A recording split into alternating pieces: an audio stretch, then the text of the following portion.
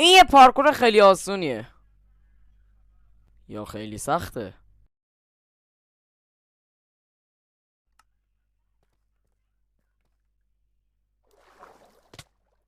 دیدین؟ این میتونه کاری بکنه که آسون ترین پارکور به سخت ترین تبدیل بشه. حالا بذاریم ببینیم ما میتونیم با این روش بقیه رو ترپ بکنیم یا نه.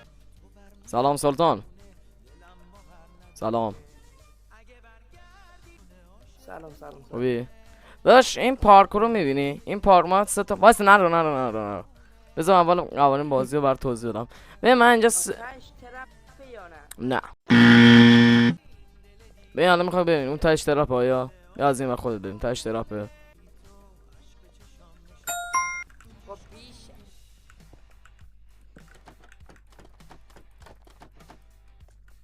میخوای کلیستارت کنم؟ آره ده.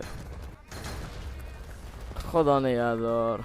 مرسی تا اینجا ویدیو دیدین و اگه خواستین ترپ کنین حتما اینجوری ترپ کنین. فقط دوستان یادتون نره که حتما لایک کامنت سابسکرایب یادتون نره، چون من خیلی دوست دارم که تا آخر تابستون به 1 سابسکرایب برسم. تا ویدیو خدافظ.